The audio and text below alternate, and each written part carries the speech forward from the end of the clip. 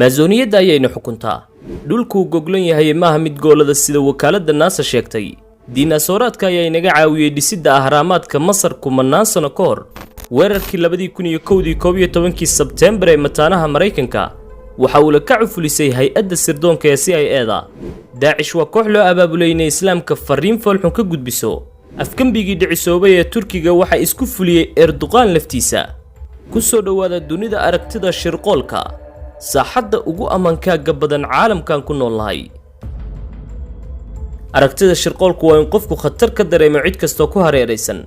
isagoo aaminsan in falalkadeeda lala damacsan yahay oo keligii la beegsanayo waxaana lagu tiriyaa fariimaha difaaca dhaadala'aanta ay maskaxda u dirta jidhka intiisa kale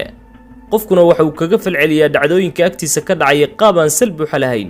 isagoo u aanaynaya in kooxo qarsoodiya ay maleegayaan qorshayaal aan sareeda ku jirin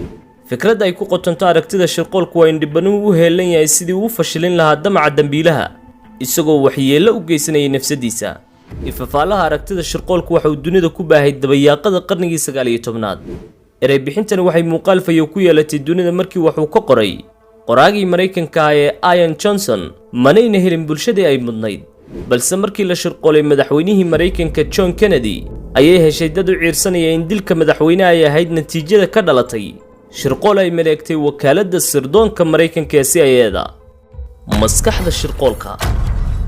haddii aad u jaleecdo fikradda ku kaydsan maanka uu ka dhaansan yahay shirqoolku waxaad helaysaa in 3 tiro buddigu ah mabdaiisa uu aaminsan yahay waxba si kadisa ugama dhacaan adduunka shilalkuna sida ay kula muuqdaan maaha iyo tan saddexaad oo ay dhacdooyinku sida silsiladda iskugu xidhiidhsan yihiin sababtana waxa uu ku lifaaqayaa in qorshe kasta uu saameyn taban ku leeyahay dunida ama uu si gooniyo kuu beegsanayo adiga keliga ma laga dheefi karaa aragtida shirqoolka aragtidani waxay sugaysaa xukunka liiqliiqanaya ee awoodda u baahan tusaalaha ugu fiicanna waxa uu noqon karaa aayadda ku jirta qur'aanka kariimka markii uu fircoon u awood sheegtay nebi muuse naxariis iyo nabadgelyo korkiisa ahaatee sixroolayaashiina ay dhabarka ka qaniineen taladii fircoon waxa uu ku tilmaamay inay ahayd shirqool lala damacsanaa markii horeba qaala fircawnu aamantum bihi qabla an aadana lakum ina hada lamakrun makartumuuhu fi lmadiinati litukhrijuu minha ahlaha fasawfa taclamuun dunida casriga ee hadda jirta waxaad moodaa in fikradaha shirqoolku uu kobca laxaad la sameeyey bariga dhexe iyo dagaalada ka socda waxay noqdeen kuwo xoojinaya aragtidan ummado halaagsamay iyo jiilal laga xaasiday inay sida asaagood u barbaaraan Trump isagu waxa uu sooyaalkiisa siyaasadeed ku soo maamulay aaminsanaanta aragtidan isagoo bulshada farta ugu fiiqay in Barack Obama uusan u dhalanin Mareykanka taasina waxay humaag gelisay jiritaanka shakhsiyadeed ee madaxweynahan madow ilaa ay gaadhay heer uu baraha bulshada soo dhigo warqadiisii dhalashada ee dawladda hoose Trump ayaa ku tilmaamay isbeddelka cimilada sii xumaanaysa qorshe laga ganacsanayo sidoo kale waxa uu ku biiriyay in dhacdadii 11 Sebtembar lagu qarxiyay labada aqal ay muslimiin badani ku dabaaldegayeen gudaha maamulka New Jersey tilmaamooyinkaas oo dhan waxay ka caawiyeen Donald Trump inuu madaxweyne ka noqdo dalka ugu awoodda badan dunida aan ku noolahay maxaa baahiyay aragtidan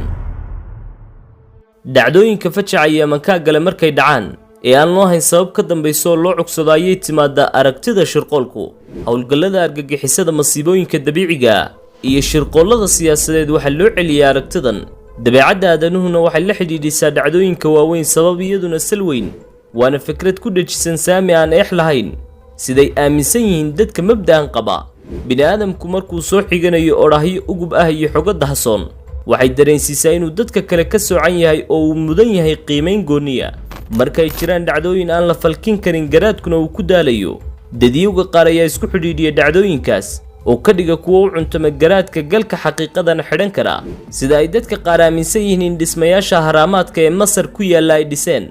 diinaasoraad dunida ka dabar go'ay kumanaan sano ka hor tijaabo ay sameeyeen Fritz Heider iyo Marian Semmel oo ay uga dan lahaayeen sida maskaxda aadanuhu u samayso dhacdooyin aan jirin waxay baahiyeen muuqaal dhismeed aan macno ku fadhiyin dadiyo tiro badan ayaa hal abuur gooniye ku sameeyey oo ka dhigay sheeko u qalanta daawasho aragtida shirqoolku waxay noqon kartaa caabuq khatar ah oo ku faafa dunida oo dhan siyaasiyiin iyo hantilayaal tiro badan ayaa taageera aragtidan sidee ay u noqon lahayd cilmi lagu barto aqoon bixiyayaasha adduunka marna ma isweydiisay dadka aaminsan aragtida shirqoolka waxay ugu doodaan in sheekadooda la rumaysto maskaxda aadanuhu waxay u janjeedhaa kaydinta xogaha sugaya waxay aaminsan tahay sidaa awgeed ayay dadka ku dooda aragtida shirqoolka ugu dhegan yihiin fikraddan halyeeyada sheekooyinka shirqoolka. sida caadiga waxay noqon karaan kooxo ama hannaan dowladeed oo loo adeegsado iyaga bulshada dhexdooda waa ka caan sida maasooniyadda ama cidiba ma taqaano ereybixinada sumadda looga dhigana waa inay dunida baabi'inayaan. dadyowga shirqoolka wada waxaa lagu sifeeyaa kuwo garaad badan oo dhaqaalahoodu xadhkaa goostay tiknolojiyaddana si heer sare u adeegsada oo aqoontoodu durugsan tahay. haddaba miyayna la gudboontahay inaan iska jirno aragtida shirqoolka? dabcan haa, waayo afkaarta shirqoolku waxay dadka aaminsan ka galaafataa nafsadooda. warbixin Australia ka soo baxday ayaa goobo gelisay 23 xaaladood dhimasho oo dhacay sanadkii 2016. dadkan geeriyooday ayaa ka gadooday cuntooyin u baahnaa jidhkoodu oo haddii ay cuni lahaayeen dhimashada ay ka badbaadi lahaayeen. Australia waxaa ka jira dadyo aaminsan in cuntooyinka qaar aysan caafimaadka u fiicnayn oo ay yihiin eel ay u qodeen shirkadaha caafimaadku. haddii aad aragtida shirqoolka ku weelayso maankaaga waxaad noqonaysaa qof laga reeyay oo doqon ah. markaad ku salayso dhacdo kasta oo aad xallin lahayd noloshaada cid ka awood badan oo aanad ka guulaysan karin, waxaad isweydiinaysaa maxaan iskaga caabinaya hadda, adigoo ku rajo weyn in awood kale oo kula jirta ay iskaga kaa gudbi doonto sharka lagula damacsan yahay. aragtida shirqoolku waxay kaa dhigaysaa bini'aadam liita. markastoo aqoontaadu korodhana waxay yaraanaysaa inay aragtidan imaankaaga qabsato. haddaba sidee ayaad ku ogaan kartaa inaanad qabin xanuunka shirqoolka? haddii aad aaminsan tahay inay jiraan shirqoolaha cabsan, waayo taasi maaha in caabuqa aragtida ku soo gaadhay. dadka aaminsan aragtida shirqoolku waxay u kala qaybsamaan 3 qaybood. mid astaantiisu tahay in wax kastoo hareerihiisa ka dhacaya ay yihiin shirqoolo lasii qorsheeyey oo aan sinaba looga guulaysan karin. kan labaadna waxa uu ganafka ku dhifanaya aragtidan isagoo aaminsan inay tahay wax hannaanka dowladeed ka tirsan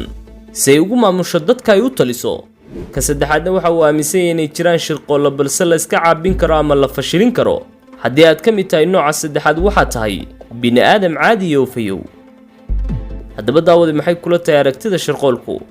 meeray bixin la iib geenayaa mise waa xaqiiqo jirta? faalladaada xagga hoose nugu reeb, naguna soo bir haddii aad nagu cusub tahay.